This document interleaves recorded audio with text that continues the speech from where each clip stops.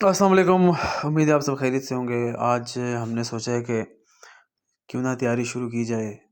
Paper चूँकि हमारे करीब है, मैडम ने कहा है कि अगस्त के बाद से किसी टाइम भी आपकी डेट अनाउंस हो सकती है।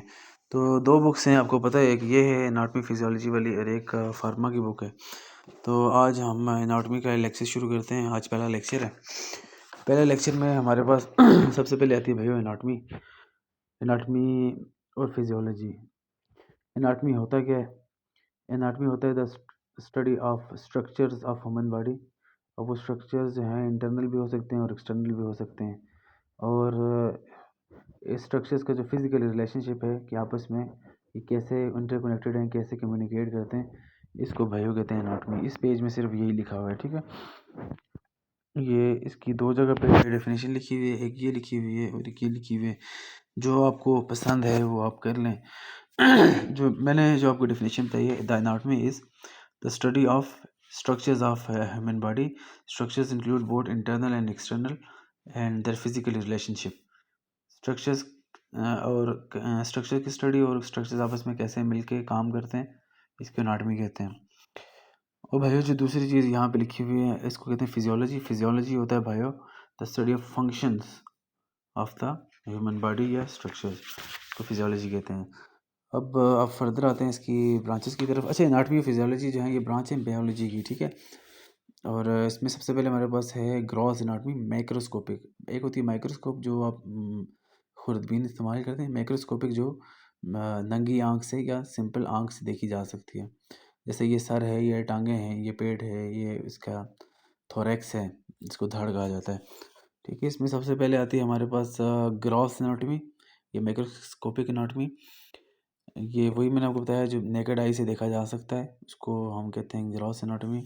जैसे ये लिम्स हैं, ये लंग्स हैं, ये एब्डोमेन है, ठीक है, ये नेक है।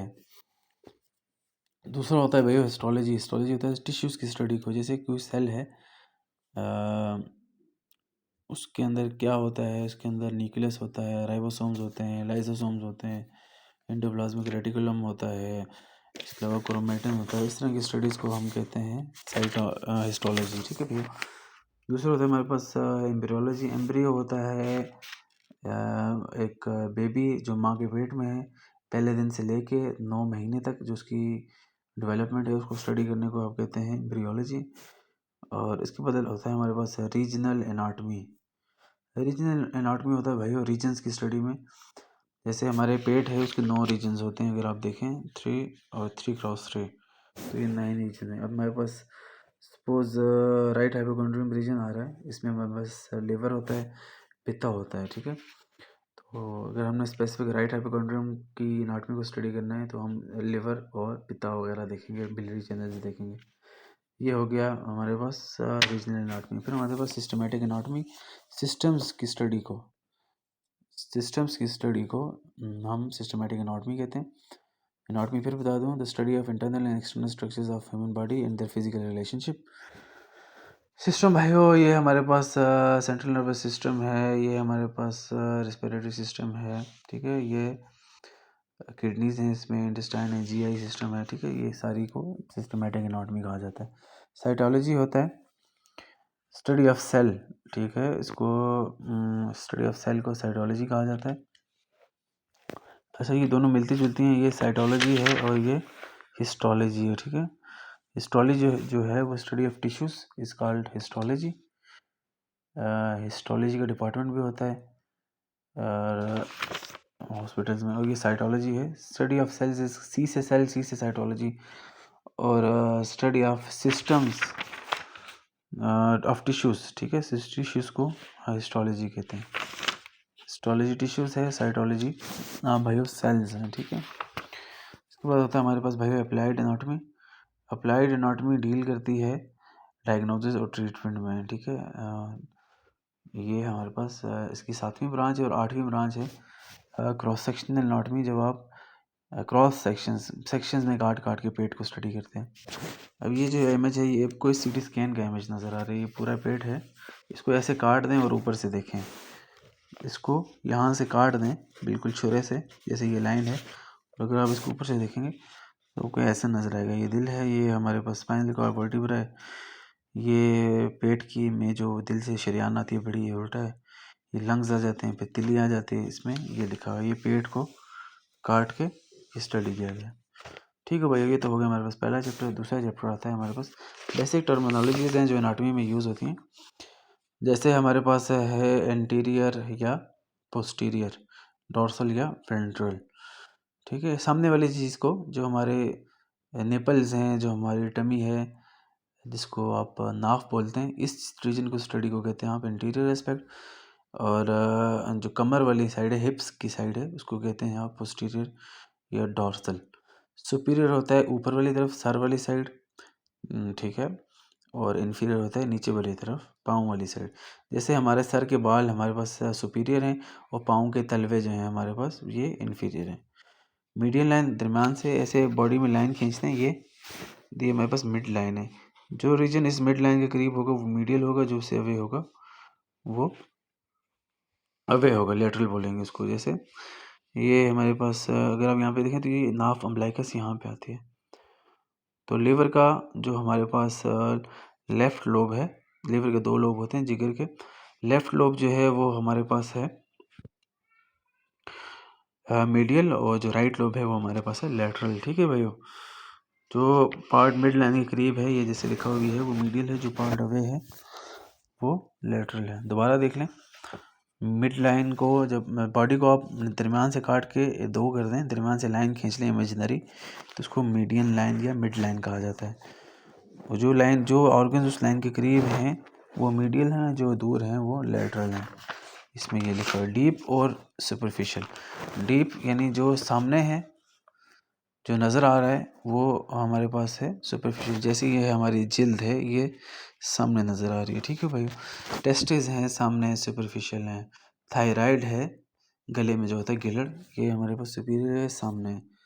अच्छा, इसके अलावा और क्या हमारे पास सुपरफिशियल होते हैं, ब्रेस्ट फीमेल्स के, ये भी हमारे पास सुपरफिशियल होते हैं। और जो डीप होते हैं, जैसे जिगर है वो डीप है, जैसे हमारे पास भाई गुर्दे हैं वो डीप हैं। तो जो जिल्द के जितना करीब है वो सुपरफिशियल है, जिल्द से जितना नीचे है वो डीप है। प्रॉक्सिमल और डिस्टल। प्रॉक्सिमल होता है स्टार्ट, जैसे ये मेरी उंगली है, इंडेक्स फिंगर, ये इसका प्रॉक्सिमल पार्ट है, यहाँ से उंगली शुरू हो रही है ना, तो ये प्रॉक्सिमल पार्ट है। ये मिड पार्ट है। अच्छा, कुछ टर्मिनोलॉजीज़ हैं, जैसे इंफ्रामीडियल है। इंफ्रा होता है नीचे और सुपरा होता है ऊपर, ये 2 टर्म्स हैं। तो इंफ्रामीडियल, इंफ्रा मतलब नीचे है लेकिन मिड लाइन के करीब है, ये जो मिड लाइन है और लोअर साइड पे लिखा हुआ है। ठीक है भाई। इप्सी लेटरल होता है वो ऑर्गन्स जो कि एक ही साइड पे प्रेजेंट है। जैसे ये मेरा हाथ है और ये मेरी टांग है, ये इप्सी लेटरल है। ठीक है, सेम साइड पे है। और ये अगर मेरा ये हाथ हो जाए और ये मेरी ये टांग हो जाए तो ये कंट्रालेटरल है। ये टर्म्स हो गई। अच्छा, इसके अलावा हमारे पास है फ्लेक्शन। फ्लेक्शन होता है जब 2 बोन्स के दरमियान एंगल रिड्यूस होता है, इसको फ्लेक्शन कहते हैं। जैसे ये है हमारी, ये मेरा हाथ है और ये मेरा बाजू है। अगर मैं ऐसे करूं, एंगल रिड्यूस हो रहा है मेरे उल्टे हाथ का और मेरी कलाई का, तो ये होता है हमारे पास फ्लेक्शन। जब एंगल डिक्रीज होता है फ्लेक्शन, जब एंगल बढ़ जाता है, ये जैसे मैंने ऐसे कर लिया तो ये एक्सटेंशन हो गया। ठीक है भाइयों, फिर हमारे पास आता है एडक्शन।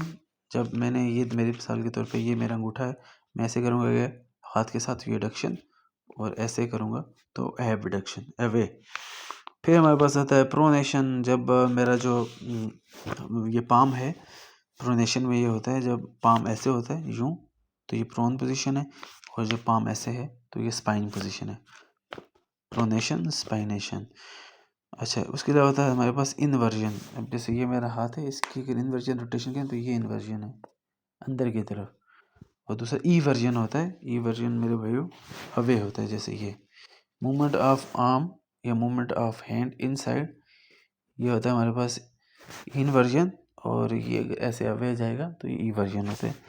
ये हो गया। फिर हमारे पास ये हो चीज़ें क्लियर हो गई। फिर हमारे पास लोअर टर्मिनोलॉजीज और हैं। एक होती है एलिवेशन और एक होती है हमारे पास डिप्रेशन। एलिवेशन का मतलब होता है ऊंचाई, एलिवेट, इतनी एलिवेशन पे, इतना एल्टीट्यूड, ये आपने अक्सर मूवीज़ में देखा होगा। जब आप बोन्स को ऊपर वाली तरफ मूव करते हैं, जैसे जा जो है, हमारा मुंह माउथ ओपन है, जा अगर आप क्लोज़ करेंगे तो वो एलिवेट होगा, और जा को रिलीज़ करेंगे तो वो डिप्रेशन होगा, नीचे की तरफ जाएगा।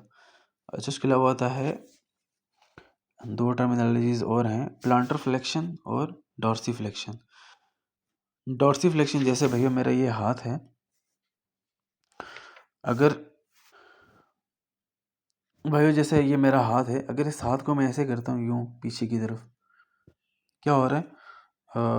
बैकवर्ड मोशन हो रही है हाथ की या पाँव की, तो इसमें क्या होता है, एंगल डिक्रीज होता है, डिस्टेंस कम हो रहा है मेरे हाथ का और मेरी बाजू का, तो ये डॉर्सीफ्लेक्शन है।